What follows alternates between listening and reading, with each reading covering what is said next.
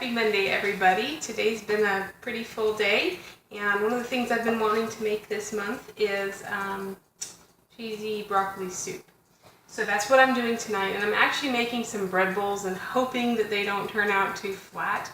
I noticed that they didn't puff up as much as they puffed out, so I might have some of the flattest bread bowls in the history of ever, but it'll be fun anyway. So I've got my pan, and I had it all heated up. So I am going to add about 2 tablespoons of butter into my, let me find my spoon here, into my hot soup pot. I'm just going to get that melting down, and once it does melt down, we're going to get some onions in here.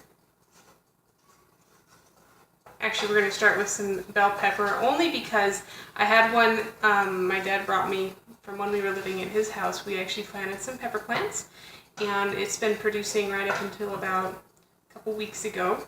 And so I have a fresh bell pepper to use. So I'm going to actually get that in the pot first and, saute that up a little bit. And rather than make you wait for all of that stuff, I'm going to put this on pause for just a second. Okay, here I am. So I just went and picked up my bell pepper. I had already chopped it just to have it ready to go. My butter is all melted, so I'm going to go ahead and get this into the pan, and I'm just going to saute it for just a few seconds here, just for a little bit to cook it up a little bit. And this was a very small bell pepper, so I just used the whole thing. But it's great to, have stuff out of your own garden. And I'm looking forward to next year when I will have a much more plentiful garden. This year we weren't in our own place yet, and so we didn't have our own garden. There we go. That's a little bit better. Anyway, once that gets started a little bit, I'm going to go ahead and add in 2 tablespoons of Thrag chopped onions. I'm choosing to use the dehydrated today, but you could really use any of the chopped onions. They also have freeze dried. They also have onion slices if you like stir fries like I do. I use the onion slices a lot in my stir fry, and they're awesome. Okay, just stir that around a little bit. And then I'm going to add all the rest of my ingredients except for my cheese. So, I'm going to go ahead and start with some garlic powder. I'm just doing about a teaspoon of that. We love garlic, so. And then I'm going to go ahead and start with, there we go. I'm going to put a total of 4 cups of water in, plus I will also be adding 2 cups of milk.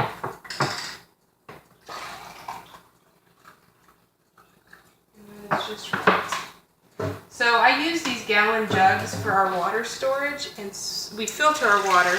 So I put the filtered water into those jugs, and then to rotate it, I cook with it. So that's why I'm always pouring water out of those jugs now. We're trying to get a little bit more of our water storage going here now that we're settling in. This is 2 tablespoons of the bechamel sauce. It's just a white sauce, and it just adds a lot of flavor to the cheesy broccoli soup. I also use it in my macaroni and cheese, so I really enjoy this sauce because it's got all the seasonings and flavorings in it. And all I have to do is just kind of whip out a little bit of it, and it's ready to go. It also will thicken the soup as well because it's got the thickening agents inside of it. Okay, so I also need a tablespoon of the chicken bouillon. Now the chicken bouillon, I've mentioned before, is vegetarian. So it's actually not chicken bouillon, but it works in place of chicken broth. And I think it is one of the most amazing products. I have really cut down on what I keep in canned storage as far as chicken broth, because one of those cans goes such a long way. And that cuts down on weight as well. So I really love going to my pantry and pulling that out and knowing I always have broth on hand. Now I'm also putting in 3 cups of broccoli. Now you may notice that a lot of the broccoli here on the bottom is very small itty bitty pieces, the itty bitty pieces of the florets. That happens with the broccoli in shipping, but so this is mostly the bottom of one of my cans of broccoli, and I love it for this soup because I just pour it in and it just, all of those little tiny bits just go throughout the soup, and it makes the best cheesy broccoli soup ever. So I appreciate that there's always that bottom of the can goodness that I can still use. It is not wasted. And that's something else I love about Thrive. It's nothing goes to waste. I put it all right into my foods. When I use fresh broccoli, I tend to throw out the stem. But all I'm getting from Thrive is the florets. So I don't have to throw anything out, and it's not wasted money. Because I certainly paid for the stem. It's just the stem's not a particularly yummy, appealing part of the broccoli in fresh broccoli. Alright, so I've got my 2 cups of milk in now. And I'm going to look over my ingredients, make sure I have everything in that I meant to get in there. I do. Okay, so I'm going to just let this sit and simmer for about 20 minutes, and then I'm going to come back and add the cheese and let it cook another 10 minutes. But for now, my work in here is done. My bread bowls have about 10 more minutes, and then they'll be able to sit and cool. So I'm hoping that those are turning out good, and we'll see. But I will be back to add some cheese in just a little bit. Okay, I am back, and it has been about 20 minutes that I let my... Hi! They can't see you. You have to get your stool, baby. Okay. My